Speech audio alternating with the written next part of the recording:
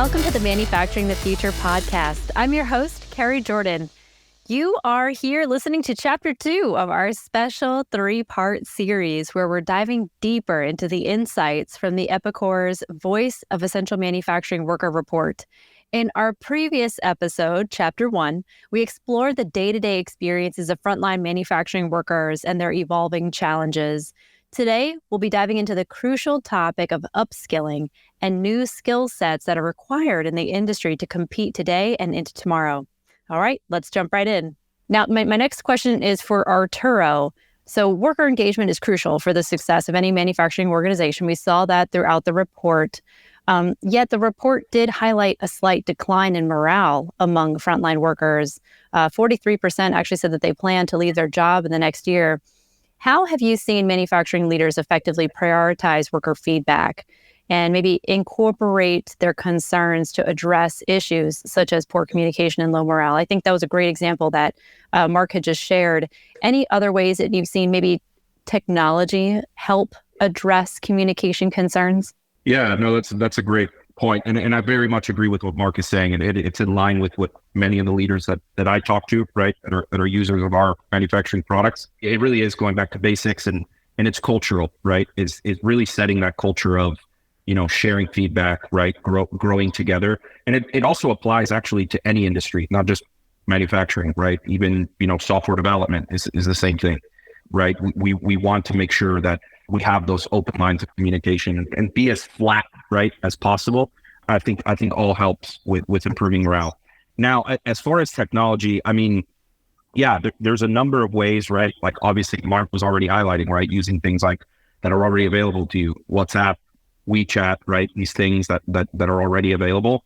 I think us as ERP providers also have that focus, right? And we do that here at Epicor, which is connecting the shop floor to the top floor, kind of that term that's been used. And the idea being the more digital kind of tentacles that you can have going between both, the better that communication will be. And I think with the advent of AI, with some of the things that we're actually investing in, it will only make that easier and easier, right? To like actually talk to your ERP and that information flowing back to managers. So I think it's both a combination, because I think it is the cultural part is extremely important and you can't automate that, right? That's a very human thing.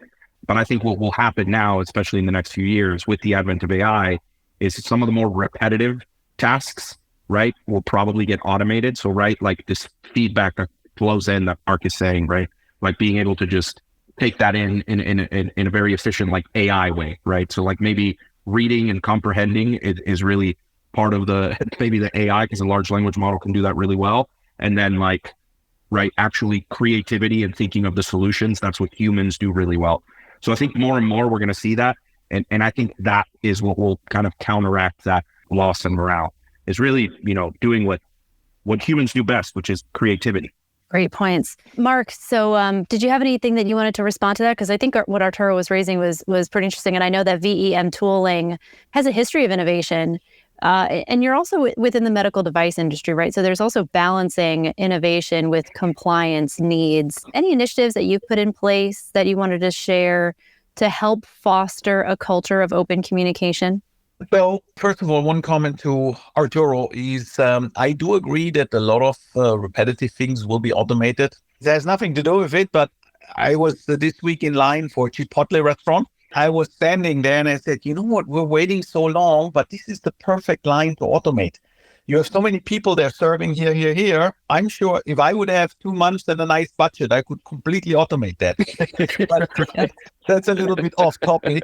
Sorry for that one. So, yes. No, it's true. I mean, we're going to see more and more of it, though, Marc. Yes, it is coming. And at the same time, you have to make sure with your workers that they're not afraid of that. Because if Correct. They think, my job has no future because the company's going to automate that, that drives down morale even more. So you have to strike a balance here as the owner. True. So anyway, going back to what we do is, first of all, we try to get more ownership from our workers, but at the same time, we're going to reward that. For example, we have productivity bonuses. If you reach certain goals, then of course you get rewarded for that because you help the company We also have rewards for suggestions how to improve processes in the factory. I give out a few $100 to a few $1,000 every month for some of my workers who come up with ideas how we can improve the production process. Because again, those are the guys who do it. And then if we do a company party and I like to make some barbecues with my guys a couple of months when I'm there in the factories, that's how you get the guys on board. And I can tell you that proud face when they say, hey, I got $500 because I helped to improve this. I think things like that go a long way. Important is to listen to the guys and also to take them seriously. Sometimes they have different ideas. And if you tell them, hey, I like your idea, but because of this and this and this reason, we cannot do it. They have no issues with this. They understand not everything can be done, but you need to give them a feedback. You need to get involved. You need to show them that you listen to them and take them seriously. I have this 3/4 of the ideas my guys come up with, we cannot do. I'd love to do it. We try to do this as much as possible. And then, of course, I try to keep my guys involved if new things are happening. For example, if we want to automate something, if we're working on a new software, tell them up front why we're going to do it and ask them to help and join. And if you talk to them, if you take them serious, if you listen to them, even you take one of the guys on the side as the owner and talk with him outside the office 5 minutes or say, hey, why don't you walk me through the factory and show me? That shows them that they are part of it. And that is actually very cheap, very easy to do, costs me 5 minutes, but goes a long way. And that matters and has a big impact.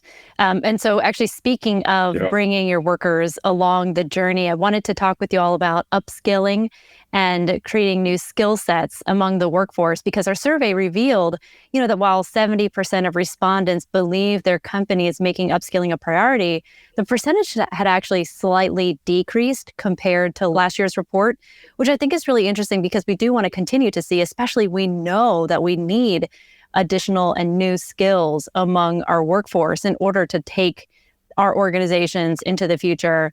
So maybe, Arturo, you can get us started here. What challenges do you think are contributing to this decline in prioritization?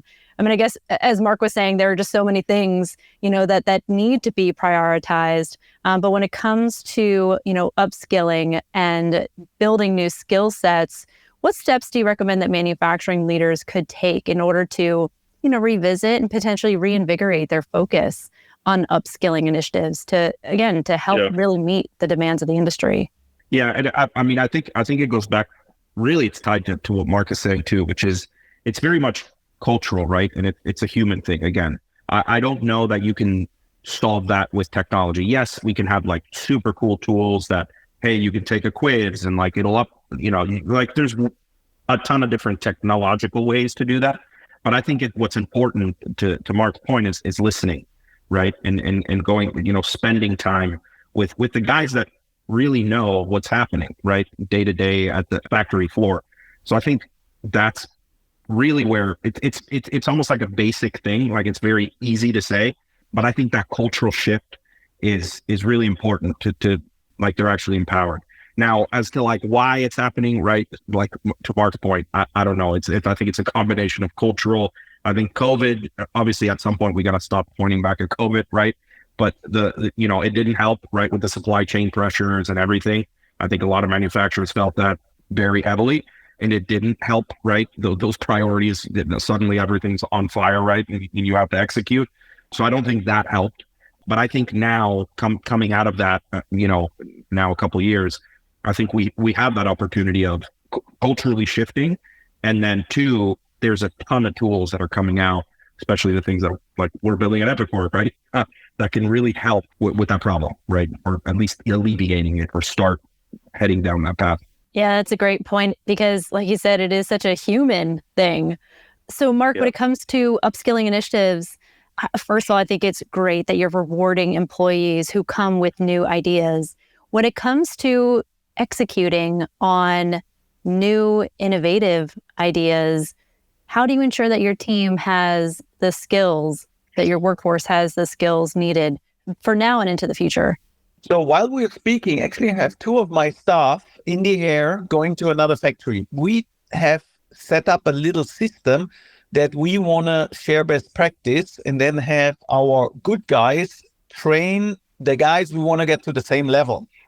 And I give you two examples of what we're doing right now. One of my best PMs I ever had, Alan out of China, he's flying right now into Mexico to stay 2 weeks with the Mexican PM team, which is relatively new, and will share with them best practice, works with them, trains with them, makes sure they all follow the same standards and helps them with their headaches. That's the one thing we do. And then we have a new software which we're using in all the groups, but the Mexican team is the most advanced. So I use my Mexican team leader, and he's, while we speak, in the air going to Bulgaria to spend 3 weeks in Bulgaria to get the Bulgarian team up.